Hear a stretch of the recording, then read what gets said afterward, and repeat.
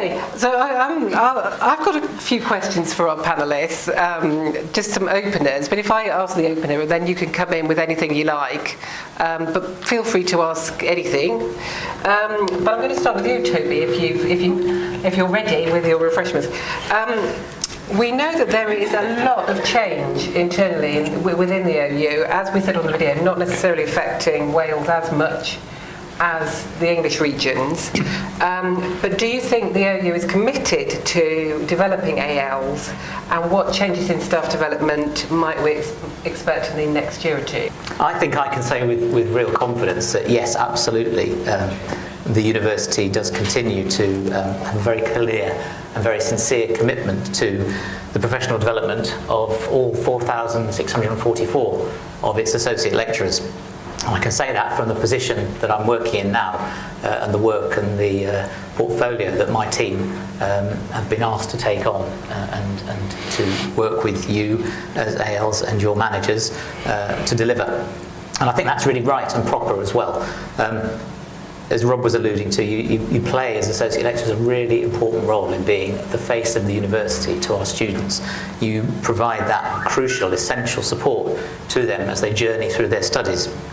And so it's really important that you in Wales and your colleagues across all the 4 nations have access to a development programme that supports you in that work in the way that you need it to. None of us have failed to notice, have we, the huge amount of change even before the outcome of the referendum that we now know about, the huge amount of change that we're experiencing across the university in general. And much of this change really impacts you as associate lecturers in the work that you do with the students. It's underpinning, it's impacting rather the systems, the processes, the structures, all of which underpin the work you do. And so the university, as it says in the terms and conditions of service for associate lecturers currently, does have a really serious responsibility to ensure that you have a development programme available to you that helps you through your journey and your work with those students.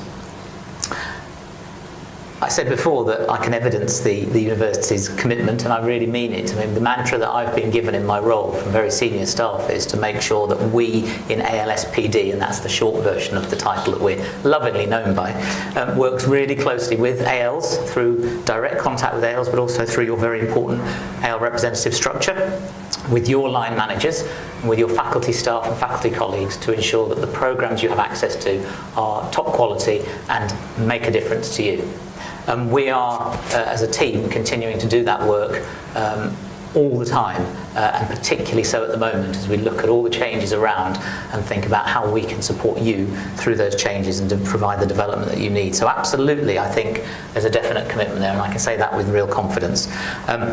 As for the changes that we might expect to see in the world of staff development over the coming years, wow, there are some clearly that we know about and can identify now, and there are others that even as we woke up this morning we're realising that might still impact us and come down the line at some point that we'll need to adjust to. We know, for example, there's much anticipation around the new AL contract.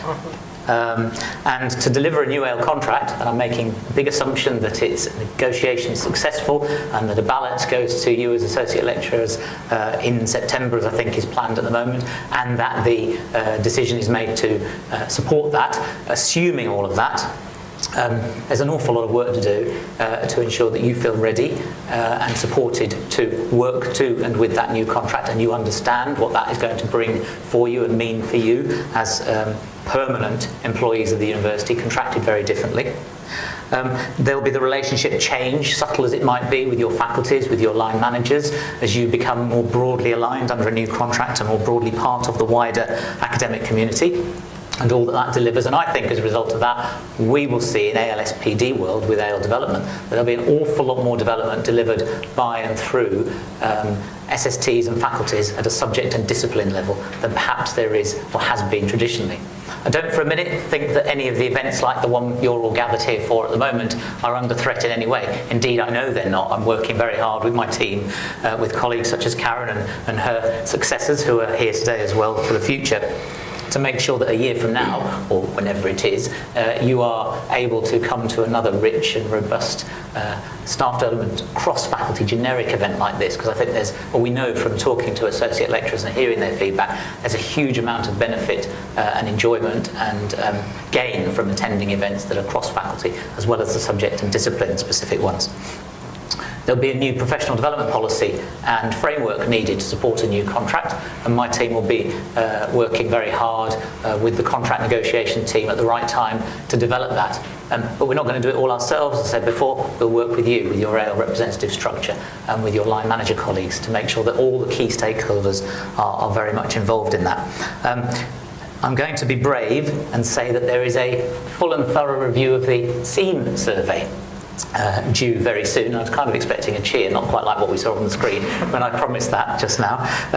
But we're very aware that the idea behind SEAM, which it isn't really delivering, we know for ALs at the moment in the way it should, is that you should have some feedback from your students that enables you to think about any development that might be useful and might be something that could be worked on by you, by colleagues, to take the student experience further forward based on the feedback from students. But to get that feedback, the right questions need to be asked in the right way. You need the answers back to you in a way that means something can be interpreted by you with your line manager to decide how you're going to take that forward. We hear from you loud and clear the questions don't work currently for most people at the moment. So my team, will pledge, and I'll make that pledge now, to work very closely with ALs, with line managers, to get the new survey in place so it becomes a staff development tool, a support tool that you can help that can help you as appropriate moving forward. OU Live is disappearing, and a new piece of technology will replace it. My team presents through Tutor Home a whole host of materials to support you as tutors with engaging with the current technology. We'll need to make sure that we do the same going forward. So a whole host of things in the world of staff development, some of which we know about, as I've described. I haven't even mentioned group tuition and the changes there, and how we may need to review and amend some of the development behind that as we go through and we learn from how the impact of group tuition as it rolls out further. But a whole host of things, Karen, there I think that we are keen and well positioned to work on to help tutors such as you folk gathered here and all your colleagues who aren't here today really grab hold of and benefit from. And I'm hoping that as many of you as possible will come and have a chat with me over the next sort of day or so, and keep in touch even outside of the meeting about any of your ideas. I will just promote something. We've got a new VLE site that we're launching within ALSPD, which is going to have a really important focus and element of it, which allows you as tutors to participate in a forum to feed through your ideas, your thoughts, your reflections on what it is that would work for you better in the staff development world, so that my team can try and do its best to provide all that for you. So plenty in that, 2 stages, probably said far too much for you, but quite passionate about it, as I hope you can. There is a lot there. Thank you, Toby. Is there any other questions on that sort of area that anyone would like to ask?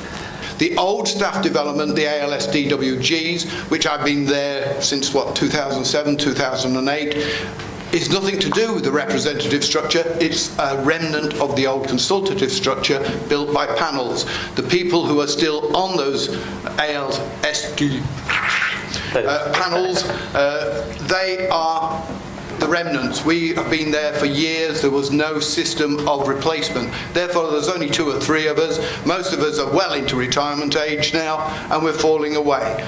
That is a problem. You don't have the ALs. I know you're trying to say Denzel is trying to pull something together, but with the new structure which we're looking at, which is pulling in new ALs to represent here, there and everywhere in terms of boards of studies and all that, you're not getting possibly the group of ALs which are techie to go into development. So I would suggest that good luck, because you've got one hell of a problem. Okay, thank you very much. And you make really valid points, and I think that, one of the things I alluded to was the fact that we are trying to find new and clever ways of reaching out to as many associate lecturers who are willing and interested to tell us what it is that would help and support you better. And through that, and it may not be through these ALSDWGs any longer and so on, but we are really keen to find that mechanism so that we can hear that voice, and whether that's through Denzel and his great team of AL reps that he supports, or whether it's other ALs reaching out to us through other mechanisms, we do want to hear what it is that will help you and make a difference so that we can put all our efforts into the right areas and not waste anybody's time. But I think you make some really valid points about some of the challenges that lie ahead, and you know, need to go away, and we need to think about how we might find different and new ways to overcome those. So one more question?